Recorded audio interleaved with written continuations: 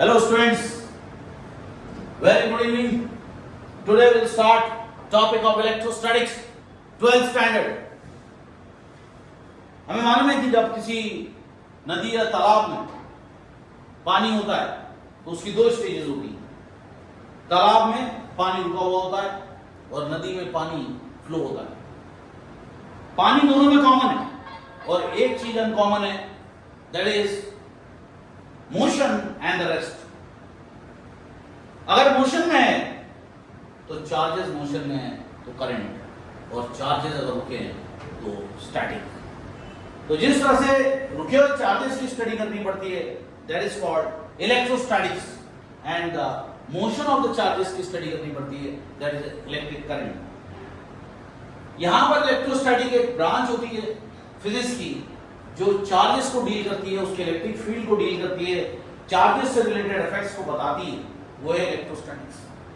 Electrostatics की अपनी एक एप्लीकेशन.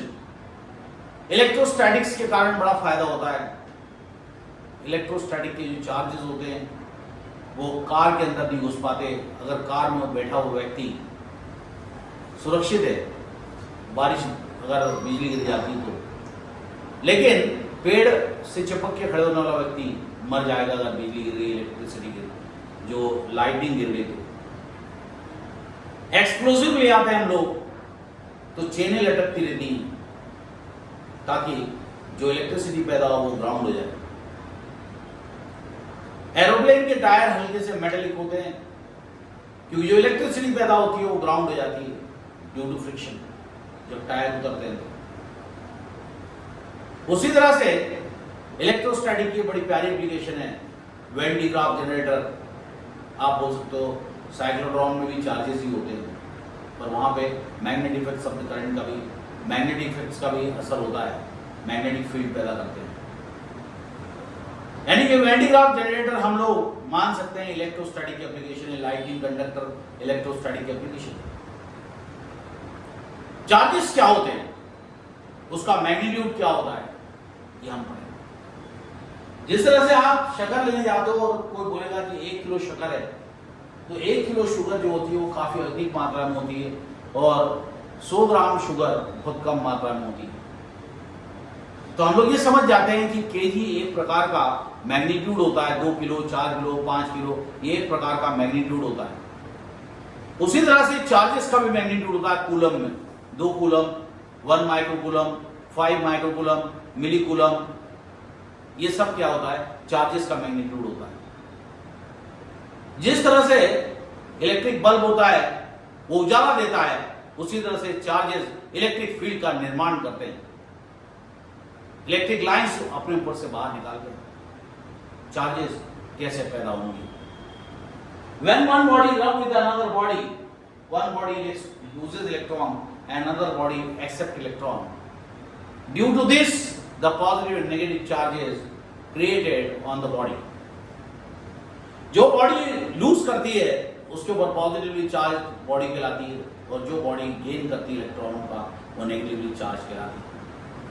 कोई भी एटम, कोई भी सब्सटेंस एटम से मिलकर बना होता है और उसके सेंटर में होता है न्यूक्लियस, जिसके अंदर प्रोटॉन्स और न्यूट्रॉन्स होते हैं, जिसके अंदर चार्ज 0 होता है.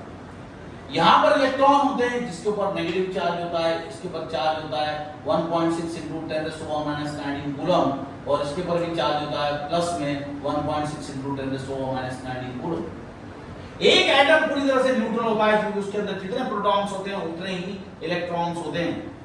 जब ये इलेक्ट्रॉन लूज करता है, तब ये कैटायन का निर्माण करता है और ये बना लेता है पॉजिटिव आयन. ये पॉजिटिव आयन क्यों होता है? क्योंकि आप देखो number of proton is less than number of electron. क्योंकि यहां पर इलेक्ट्रॉन जब बाहर निकल जाता है तो प्रोटॉनों की संख्या इलेक्ट्रॉन की कंपैरिजन में ज्यादा हो जाती है और ऐसी बॉडी कहलाती है पॉजिटिवली चार्ज बॉडी. क्योंकि ये तो उल्टा हो गया, number of proton is greater than number of electron, तभी वो पॉजिटिव होगा. दूसरी बात, किसी और एटम में अगर इलेक्ट्रॉन चले गए तो number of electron will be greater than number of proton और ये बॉडी नेगेटिवली चार्ज बॉडी होगी. एटम न्यूट्रल होता है और इस तरह से वो किसी प्रकार की कोई इलेक्ट्रिक फील्ड का निर्माण नहीं करता, लेकिन आयंस जो होते हैं वो चार्ज पार्टिकल्स होते हैं और वो इलेक्ट्रिक फील्ड का निर्माण करते हैं। चार्ज को हम लोग या तो कैपिटल लेटर Q से, स्मॉल लेटर q से या Q1 Q2 से रिप्रेजेंट करते हैं चार्जेस को। Charge is the fundamental property of matter which produces electric field or gives its related effect. Charges electric field का निर्माण करते हैं और इससे रिलेटेड इफेक्ट्स दिखाते हैं चार्जेस। अगर वो पॉजिटिवली चार्ज है तो उसमें से इलेक्ट्रिक लाइंस बाहर की ओर निकलेगी, और वो अगर नेगेटिवली चार्ज है तो इलेक्ट्रिक लाइंस अंदर की ओर आएगी। लेकिन कभी भी याद रखना, -2 कूलम और +2 कूलम ये सेम मैग्नीट्यूड होता है, ये डिफरेंट मैग्नीट्यूड नहीं होते। अगर -2 कूलम है तो इसके ऊपर से इलेक्ट्रिक लाइंस अंदर की ओर आ रही और +2 कूलम है तो इससे इलेक्ट्रिक लाइंस बाहर की ओर निकल रही। एग्जांपल के तौर पे अगर यहाँ पे मैं 2 कूलम का चार्ज लेता हूँ प्लस और एक और 2 कूलम का चार्ज लेता हूँ माइनस, और ये एक डिस्टेंस फिक्स कर लेता हूँ, मैं यहाँ पर एक एरिया कंसिडर कर लेता हूँ यूनिट एरिया, और यहाँ पे भी एक यूनिट एरिया कंसिडर कर लेता हूँ, एक और लाइन आगे खींच लेता हूँ, यहाँ पे भी एक एरिया कंसिडर कर लेता हूँ, और एक और लाइन खींच लेता हूँ, यहाँ पे भी एक एरिया कंसिडर कर लेता हूँ। What will I will observe कि पॉजिटिवली चार्ज में इलेक्ट्रिक लाइंस बाहर की ओर निकलेगी और नेगेटिव लाइंस चार्ज में इलेक्ट्रिक लाइंस अंदर की ओर जाएगी। जब इसको अपन सीखेंगे तो देखो परपेंडिकुलर होती है इलेक्ट्रिक लाइंस, और ये परपेंडिकुलर लाइंस यहाँ पे बहुत दूर दूर होगी। मान लो यहाँ पे 1 लाख है तो यहाँ पे 1 लाख होगी, यहाँ पे अगर 5 लाख है तो यहाँ पे 5 लाख होगी, और यहाँ पे 1 करोड़ है तो यहाँ पे भी 1 CR होगी। लेकिन फर्क ये होगा कि यहाँ पर इलेक्ट्रिक लाइंस का डायरेक्शन बाहर की ओर रहेगा, जो इलेक्ट्रिक लाइंस का बंच रहेगा, क्लाउड रहेगा, बंच रहेगा या डेंसिटी रहेगी या इलेक्ट्रिक फ्लक्स रहेगा, उसको क्या बोलेंगे, इलेक्ट्रिक फ्लक्स। तो यहाँ पर इलेक्ट्रिक लाइंस का इलेक्ट्रिक फ्लक्स बाहर की ओर रहेगा और यहाँ पर इलेक्ट्रिक लाइंस का फ्लक्स अंदर की ओर रहेगा। यानी कि 2 कूलम चार्ज और -2 कूलम चार्ज मैग्नीट्यूड के रूप में देखा जाए तो बराबर होता है। कई ढोबाने क्या सोचते हैं कि -2 कूलम कम है और +2 कूलम ज़्यादा है, ऐसा नहीं है। प्लस और माइनस दोनों कूलम सेम है, क्योंकि इसने जितने इलेक्ट्रॉन लूज करे होंगे इसमें उतने ही इलेक्ट्रॉन गेन करे होंगे। ये पॉजिटिवली चार्ज है और ये नेगेटिवली चार्ज है। और इतनी खासियत ये है कि अगर दोनों का मैग्नीट्यूड सेम रहेगा तो दोनों में फ्लक्स डेंसिटी सेम रहेगी। यहाँ पर जितनी इलेक्ट्रिक लाइन्स है वहाँ पर भी उतनी रहेगी, लेकिन यहाँ पर क्या रहेगा, इलेक्ट्रिक लाइन्स अंदर की ओर रहेगी, यहाँ पर इलेक्ट्रिक लाइन्स बाहर की ओर रहेगी। और ये सरफेस कहलाता है इक्विपोटेंशियल सरफेस, क्योंकि यहाँ पर जितनी भी इलेक्ट्रिक लाइन्स है वो एक जैसी रहेगी, क्योंकि ये डिस्टेंस सेम हो गया। और इस तरह से हम लोग चार्जेस के बारे में पढ़ सकते हैं। तो एक बॉडी को जब दूसरी बॉडी के साथ रब किया जाता है, जैसे अपन यहाँ पर एक लेते हैं सिल्क, क्या लेते हैं, सिल्क लेते हैं, और ये ग्लास रॉड है, काय की रॉड है, ग्लास की रॉड है। तो ग्लास की रॉड क्या करती है, इलेक्ट्रॉन लूज कर देती है और सिल्क को दे देती है। जब रब करते हैं तो ग्लास रॉड से इलेक्ट्रॉन सिल्क में चले जाते हैं। मान लो 50 मिलियन इलेक्ट्रॉन लॉस्ट। अब लॉस्ट करेगा तो कौन करेगा, ग्लास। कौन करेगा, ग्लास ने लॉस्ट करे टू सिल्क। अगर 50 मिलियन इलेक्ट्रॉन अगर ग्लास लॉस्ट करता है और सिल्क को देता है, तो आपको पूछा जाएगा कि ग्लास पे कौन सा चार्ज होगा, तो पॉजिटिव चार्ज होगा। कितना चार्ज होगा, how much charge acquired by the glass, ये सब हम निकाल सकते हैं। और एक और क्वेश्चन पूछा जाता है, इज देयर एनी लॉस और गेन इन मास।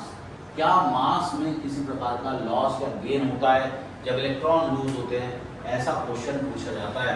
तो पहली बात तो ये चार्जेस के मैग्नीट्यूड के लिए एक फॉर्मूला होता है जिसको बोलते हैं क्वांटाइजेशन ऑफ चार्ज। किसी भी बॉडी के अंदर जो चार्ज आता है वो एक कांस्टेंट मैनर में नहीं होता, वो डिस्क्रीट मैनर में होता है। जैसे आप देखोगे कि बंदर जुए निकालता है बालों से, तो एक के बाद एक जुए निकालता है, तो हम लोग बोल सकते हैं कि जो जुए हैं वो एक के बाद एक निकल रही है। लेकिन उसी तरह से जो चार्जेस आते हैं किसी बॉडी में वो एक के बाद एक आते हैं, यानी एक इलेक्ट्रॉन निकल गया तो थोड़ा पॉजिटिव हो गया, एक और इलेक्ट्रॉन निकल गया तो और पॉजिटिव। लेकिन ये इतना स्पीड से होता है कि हमें कंटिन्यूस दिखाई देता है। तो charge acquired by body by losing और gain electron not in a continuous manner, ये कौन से मैनर में रहेगा? डिस्क्रीट मैनर में रहेगा, समझ गए? डिस्क्रीट मैनर में रहेगा। और डिस्क्रीट मैनर में जब चार्ज निकलता है तो उसके अंदर एक मैग्नीट्यूड आ जाता है और उस मैग्नीट्यूड को बोला गया क्वांटाइजेशन ऑफ चार्ज। किसी भी बॉडी पे अगर चार्ज देखना है तो Q is equal to NE plus और माइनस, है ना। अब E क्या है? एलिमेंट्री चार्ज है। Elementary charge is what? The minimum charge in a system. Minimum charge in a system, किसी भी सिस्टम में, किसी भी बॉडी में जो मिनिमम चार्ज हो सकता है वो होता है एलिमेंट्री चार्ज, और उसकी वैल्यू होती है प्लस और माइनस 1.6 इंटू 10⁻⁹ कूलम। बहुत साल पहले AI-EEE में क्वेश्चन पूछा गया था, अभी तो JEE के नाम से चलता है, वो पूछा गया था। क्वेश्चन थोड़ा घुमा के, फिर वो याद तो अच्छे से है नहीं। क्वेश्चन में एक ऑप्शन था 0.8 इंटू 10⁻⁹ कूलम। तो जो 0.8 इंटू 10⁻⁹ कूलम था, ये उसका ऑप्शन करेक्ट था, क्योंकि किसी भी बॉडी के अंदर 1.6 से नीचे चार्ज हो ही नहीं सकता, और यही ऑप्शन करेक्ट करना था। लेकिन बच्चों ने गलतियां करी थी, उनका दिमाग नहीं चला। तो किसी भी सिस्टम के अंदर जो मिनिमम चार्ज होता है वो Q is equal to NE होता है, और N की वैल्यू 0 कभी नहीं होती, 1 से चालू होती है। अगर 1 हो जाएगा तो E की वैल्यू Q की वैल्यू 1.6 इंटू 10⁻⁹ कूलम, और वही चार्ज प्रोटॉन में होता है और वही चार्ज इलेक्ट्रॉन में होता है। और इस तरह से Q is equal to NE formula हम तब लगाते हैं जब किसी भी बॉडी के अंदर आपको वो चार्ज देखना हो। अगर कोई बोलता है कि नाइट्रोजन में कितना चार्ज है न्यूक्लियस में, या नाइट्रोजन के आउटर न्यूक्लियर पार्ट में कितना चार्ज है, तो हम ये फॉर्मूला यूज कर सकते हैं Q is equal to NE। यहाँ पर इसकी वैल्यू पुट करो 7 इंटू 1.6 इंटू 10⁻⁹, इतना आप मल्टीप्लाई कर दो, यही प्लस में रहेगा न्यूक्लियस में, और यही माइनस में रहेगा इलेक्ट्रॉनों में, एक्स्ट्रा न्यूक्लियर पार्ट। अगर कोई पूछेगा कि सोडियम में के न्यूक्लियस में कितना चार्ज है, तो आपको क्या करना पड़ेगा? 11 मल्टीप्लाई करना पड़ेगा 1.6 इंटू 10⁻⁹ कूलम से। अगर कोई बोलता है कि हीलियम न्यूक्लियस में कितना चार्ज है, तो हीलियम में 2 प्रोटॉन्स होते हैं, तो 2 इंटू 1.6 इंटू 10⁻⁹ मल्टीप्लाई करना पड़ेगा।